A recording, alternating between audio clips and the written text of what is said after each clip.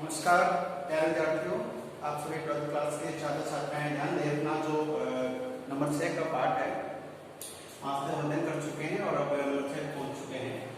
तो आप सभी प्यारे बालक बालिकाएं ध्यान दें कि हम 5 तक जो पढ़े उसमें हमने पद्य पढ़े लगभग और उसका आपको अनुवाद करना है। कॉपी में अनुवाद करने के बाद जो शॉर्ट क्वेश्चन होते हैं मुझे विश्वास है कर सकते हैं, लगभग मैं सभी का उसमें बता देता हूँ आंसर। और एक तो लॉन्ग टाइम क्वेश्चन होते हैं वो भी आप अगर एक्सपीरियंस के आधार देखा जाए तो कर सकते हैं। व्याकरण की सारी कुछ बातें बताता हूँ और फिर भी कुछ समस्या रहते तो उसको आप इन्फॉर्म कर सकते हो, बता सकते हो। उसी के आधार पर बात करें छह की पाठ से हमारा है उषा नाम की कविता है। ठीक है, उषा जो कविता है उषा का शाब्दिक अर्थ क्या लेंगे? उषा काल कहते हैं ना, तो इसमें सुबह सुबह का जो समय होता है, सूर्य उदय होने का समय होता है, उससे पूर्व की जो अवस्था उसको हम उषा की बात करते हैं। तो उषा काल की बात करें, प्रातः काल बोलते हैं, भोर का समय, वही क्या होता है? उषा होती है। तो शमशेर बहादुर सिंह उसके कवि हैं, बहुत शानदार इनकी ये कविता है जिसमें प्रकृति का और सुबह के प्रातःकालीन मनोहारी वातावरण का इन्होंने एक हृदय को स्पर्श करने वाला मनोहारी वातावरण का वर्णन किया है। और ध्यान दें कि सबसे पहले करेंगे कि जिससे ये जो हमारे शमशेर बहादुर सिंह जी हैं, देखिए नाम में ही इंसान की थोड़ा विश्वास और झलक दिख जाती है। नाम क्या है? शमशेर बहादुर सिंह। अच्छा ट्रिक बता दूं आपको कि जैसे कई बार क्या होता है कि कविता का नाम आपको याद आ जाता है, लेकिन कवि का भी लिखना होता है प्रसंग में और उसमें हमारी व्याख्या में, तो क्या होता है कि उषा सा से आ रहा है, से एक जैसे कवि का नाम याद रखें तो से अपना सबसे पहले शमशेर बहादुर सिंह को याद रखें। अब बात करें कि जो शमशेर बहादुर सिंह है, देखिए नाम कैसा है? शमशेर बहादुर सिंह। तो देखने वाली बात यह है कि नाम के जैसे इनका गुण भी है।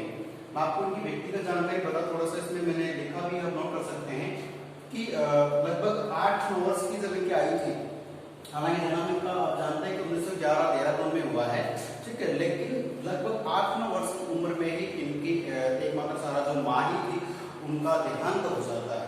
ठीक है, अब ऐसे 8-9 वर्ष का जो बालक है उसकी पढ़ाई लिखाई लालन पालन पोषण जो भी है पूरा ही मतलब एक असमंजस में हो जाता है और ऐसी स्थिति में बिल्कुल पहाड़ सा टूटकर दुखूंगा, लेकिन फिर भी ये हिम्मत नहीं आ रहा और जैसे तैसे करके पढ़ते रहे। और आप बता तो इनकी जो शिक्षा है वो देहरादून में ही जो प्रारंभिक शिक्षा कहते हैं उन्होंने वो की, इन्होंने बाद में MA भी किया है। ठीक है, अब देखने बात है कि 8-9 वर्ष की उम्र में इनकी माँ का निधन हो जाता है और ये बिल्कुल दुखों में घिर जाते हैं। उसके बाद 18 वर्ष की जब इनकी उम्र होती है तो 18 वर्ष की उम्र में इनका विवाह होता है।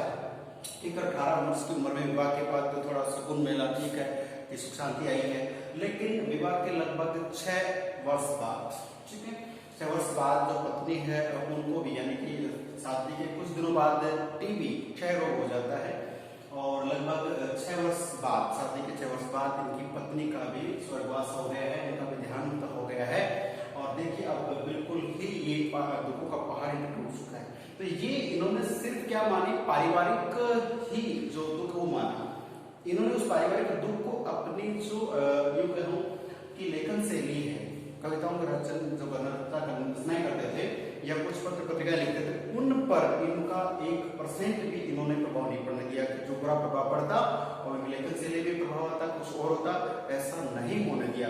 तो यहाँ इनके इन कर्तव्यों से ऐसे इस तरह से हम वाकिफ हैं और हम जानते हैं कि यही वजह की जैसे इनका नाम है कि शमशेर बहादुर सिंह, तो ये इन्होंने नाम की मिसाल देखा जाए तो सेम वैसा ही है।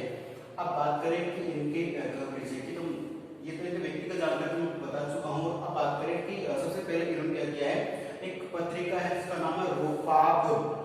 अब रूपाब नाम की जो पत्रिका है, इस पत्रिका में ये सिर्फ सहायक संपादक थे।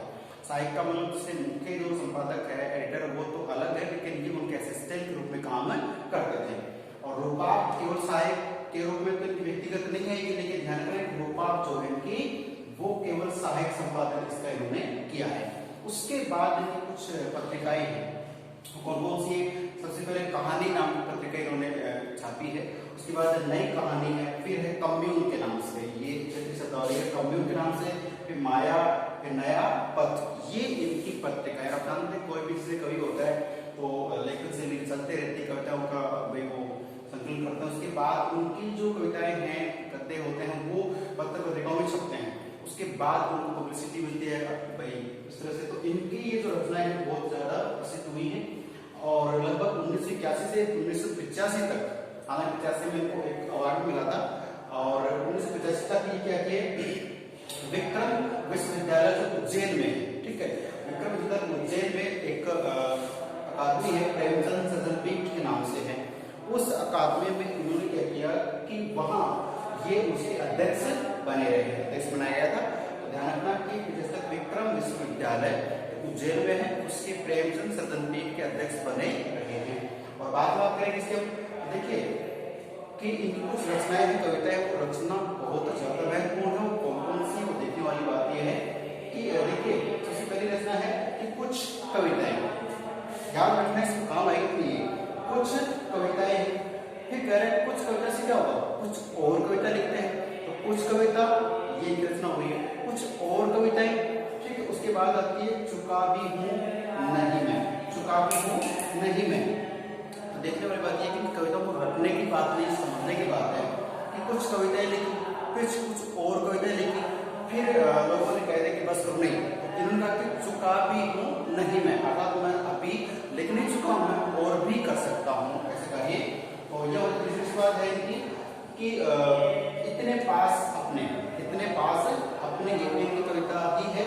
और बात बोलेगी, बात क्या बोलेगी, काल तुझसे होड़ है मेरी। तो प्यारे बच्चों, मैं चाहता हूं कि हम जो शमशेर बहादुर सिंह जी हैं, इनके कवि कृतियों को रट लें।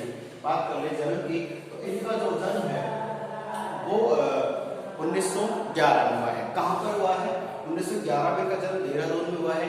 हालांकि मैंने यहाँ मृत्यु का जिक्र नहीं किया, मैं बता दूं इनकी जो मृत्यु है वो मैं यहाँ पे इंगित कर रहा हूँ आपके लिए, वो कब होती है, मृत्यु हुई है इनकी 1993 में। कब हुई है, 1993 में, 1993 में की मृत्यु है, 1911 में का जन्म देहरादून, ठीक है। माता पिता की बात करें तो आप जानते हैं कि माता जी का देहांत 18 वर्ष की उम्र में हो गया है, 18 वर्ष की उम्र में शादी होती है, और शादी के लगभग 6 वर्ष बाद पत्नी को टीबी हो गया है, और टीबी का इलाज कराते कराते वो नहीं बच पाएगा, उनका स्वर्गवास हो जाता है। दुख बहुत ज्यादा है, पारिवारिक कलह से, दुख से पीड़ित है, लेकिन इनकी जो एक निरंतर चलने की प्रक्रिया है वो रुकी नहीं, विराम नहीं लिया, और ये अंततः अपनी सबसे पहले रूपाप नाम की पत्रिका में सहायक संपादक कार्य करते हैं। फिर ये पत्रिकाएं क्रम से लिखते जाते हैं, पत्रिकाओं को बहुत ज्यादा मान सम्मान कार्य मिलता है, और उसी के चलते हुए फिर 1981 से 85 तक करीब 6 साल इन्होंने विक्रम विश्वविद्यालय यूनिवर्सिटी है, ये उज्जैन में है, और वहाँ प्रेमचंद सजनपीठ नाम की अकादमी है, उसमें ये उसके अध्यक्ष बने रहते हैं काफी दिनों। तो उसके बाद इन्होंने जो कविताओं का संकलन किया है, तो कविताओं की ट्रिक क्या रखी कि इन्होंने कुछ कविताएं लिखी, कवि है तो जाहिर सी बात है कि कविता लिखेंगे, तो कुछ कविताएं, कुछ से काम नहीं चलता तो कुछ और कविताएं, ये कविता का नाम है।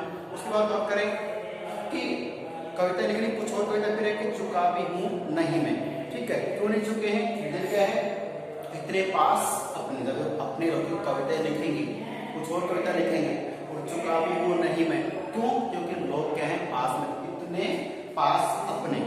अब इतने पास अपने लोग होंगे तो कुछ ना कुछ तो बोलेंगे, क्या बोलेंगे, तो कविता का नाम आ गया बात बोलेगी। अब बात क्या बोलेगी, क्योंकि बोलते हैं ना कि जिनके भाई हुनर में दमखम होता है, उनके हौसले आसमान छूते हैं, वही बात है कि बात बोलेगी, क्या बोलेगी, बात बोलेगी, काल तुझसे हो रहे मेरे। तो उनकी कविताओं की ट्रिक्स याद रखनी है, कुछ कविताएं, कुछ और कविताएं, चुका भी हूं नहीं मैं, इतने पास अपने, बात बोलेगी, काल तुझसे होड़ है मेरी। तो मैं ट्रिक बता चुका हूँ आपके लिए, इस ट्रिक को भूलना नहीं, अपने काम आ सकती है, कई बार प्रश्न आता है इन कविताओं का नाम बताइए तो बता सकते हैं, ठीक है। मुझे विश्वास है कि आप लोग जो है इसको बहुत अच्छे ढंग से नोट कर लेंगे, नोट करने के बाद इसे याद कर लेंगे। और अब बढ़ते हैं इसके जो